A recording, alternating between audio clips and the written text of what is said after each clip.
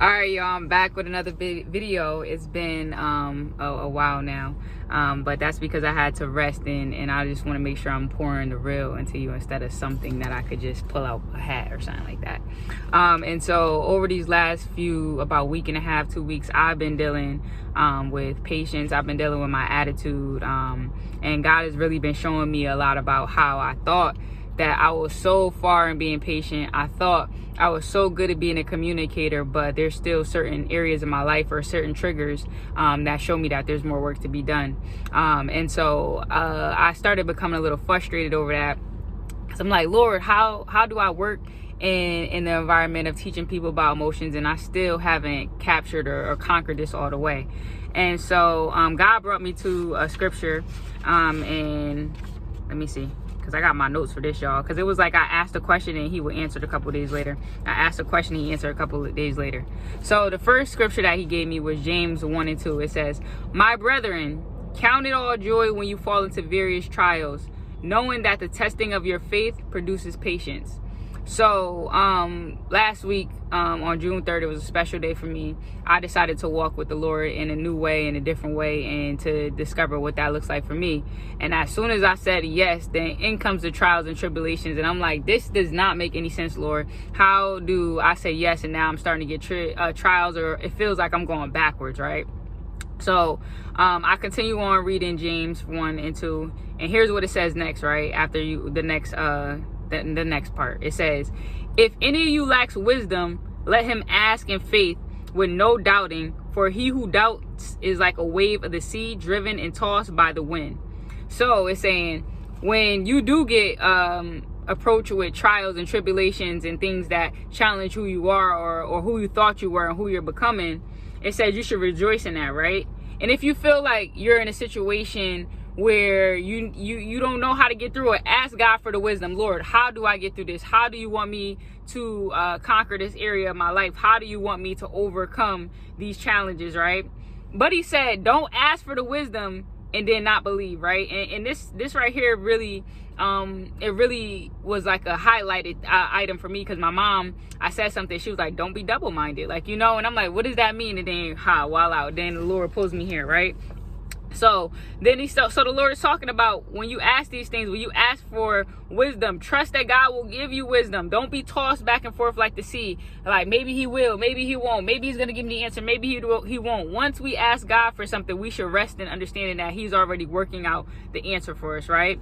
So it says, For let not that man suppose that he will receive anything from the Lord. He is a double-minded man, unstable in his ways. So it's saying when we ask the Lord for wisdom, when we ask God for direction, but we start going left and right and act like we don't believe, or kind of do believe, but don't really know, then God said we're not going to get anything like that. We got to be certain. When we say, Lord, I trust you for this wisdom, Lord, I trust you for understanding, we got to be certain in that, right? And so for me, I felt like honestly, like the Lord could help me in certain areas, but there were certain ones I'm like, I just get so mad at this one. I just get so frustrated at this one. I don't know if the Lord can help me. But it's like that really reminded me of, like, stay locked into what God says, right? Stay locked into what you ask God for. Know that he is God. Know that he's going to provide an answer. So now let me take you. So that was actually on June. Wow, I didn't write a date down. I'm actually kind of sad. I think that was June 6th, right? So I've been going through, I was feeling down, I'm feeling angry, I'm beating myself up like, oh, you're not where you're supposed to be. How you gonna have this YouTube channel? You're not, and I was like, you know what, forget that. I'ma still press on. So I started pressing on, and the Lord starts giving me the wisdom like he promised, right? So yesterday I'm up, and I get a scripture, and it leads me to more scripture, to more. So I get to Proverbs last night, right? And so God starts dealing with me on my words, right? A lot of times we don't think that our words are powerful, but when the word says life and death is in your tongue, it truly is, right? And so God starts giving me wisdom through the Proverbs of how my words can affect and giving me the correlation between a wise person and a fool, right? And so in Proverbs 12:16, he said, a fool shows their annoyance at once, which was what I was doing. I was just getting so snappy, right? But the prudent overlooks an insult. The prudent, what does the prudent mean? It means acting or showing care of the future. So God is saying the testing is coming, But not only is the testing coming, but when the test comes, it's going to show, are you going to react really quickly, or are you going to think about the future? Think about how your actions are going to make other people reflect on God, make other people reflect on themselves, right? So he started dealing me with that, and I'm like, Lord, because so often when people say something, or, you know, I'm good with dealing with different kind of personalities, but there's some in my life, right? Everybody has those certain relationships. It's a friend, it's a cousin, it's whatever it is, that they say something is just so annoying, it's so triggering, and it's like, and then we have those people who insult you. God is saying to practice being prudent, to practice being holy, to practice walking with him, is to overlook the insult. How many of us, it's hard to do that? For me, it is. I can overlook insults from anybody, but certain triggers or certain people in certain places, those things just make me go off. So I'm like, so God's showing me, if you want to be wise, you must learn to overlook these insults. You must learn to, in a time of adversity, not be able to get so upset to the point where your anger is ruling you. Another thing he says, right? Because my words, I found my words to be so sharp last week. Maybe not to that person, but just out. And it doesn't matter where I'm speaking them. It's like, just how are you speaking? Next thing it was, the words of the reckless pierce like swords, but the tongue of the wise brings healing. How are your words? That's what I had to ask myself. That's what I'm asking myself right now. How are your words? Were my words piercing like swords? Were they just slicing? Or were they building somebody up? That's what I had to think about. He said, I asked for the wisdom. Now he's like, okay, are you snapping at people? Yes, I was snapping at people.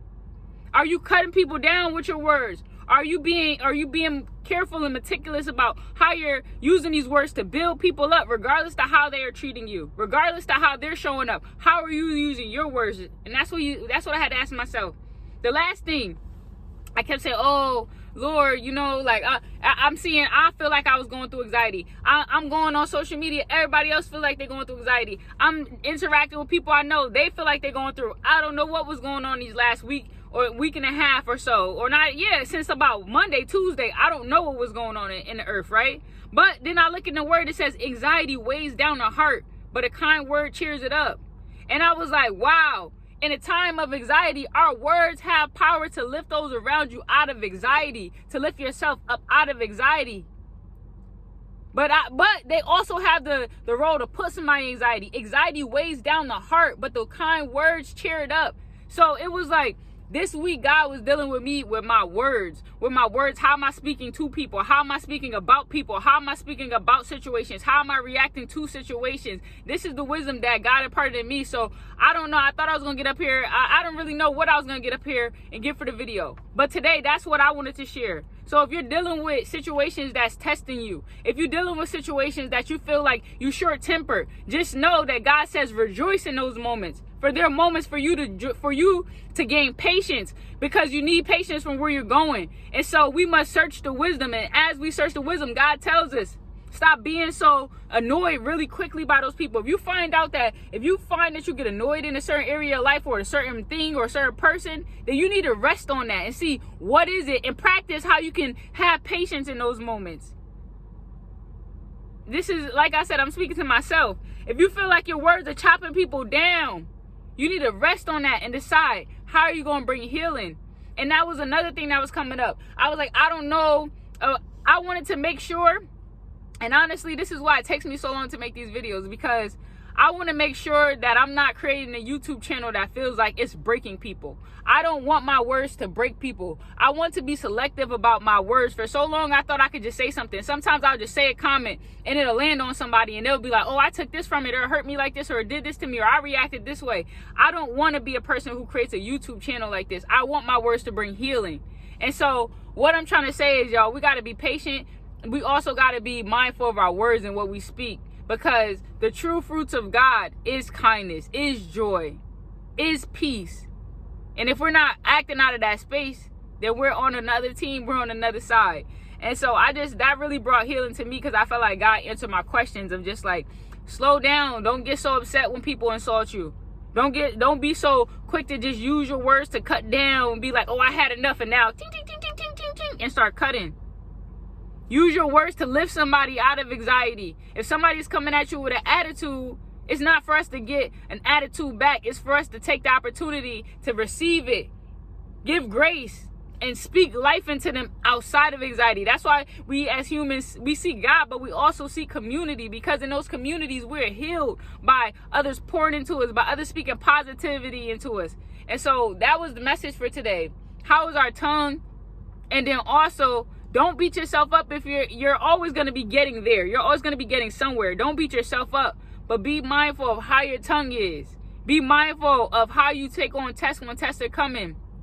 The tests are coming because we are growing right now. Whenever you say yes to God in the next level, whenever you say yes to God and what his plan is, there comes more tests, because that's the only way you pass. That's the only way.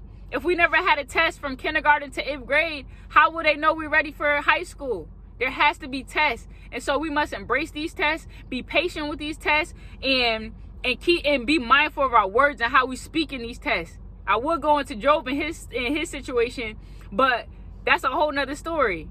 But study. How are you testing? Are you testing well? Nikisha, are you testing well? I'm talking to myself too. And if you're not, that's okay. Ask for the wisdom, and God will give you wisdom and insight on how to navigate it. So that is my message for today, y'all. Thank y'all for watching. Like, comment, share, subscribe. Share this with somebody, and don't beat yourself up. We're always going to be going somewhere. We're always going to be getting better. And the best thing you could do is to acknowledge where you are, be truthful with yourself, and then elevate. Get better. Practice. Seek in the word. The answers are in the word. So, y'all, like I said, I'm out, y'all. I'm not going to hold y'all for too long, but thank y'all for watching this video. Peace. I'm out.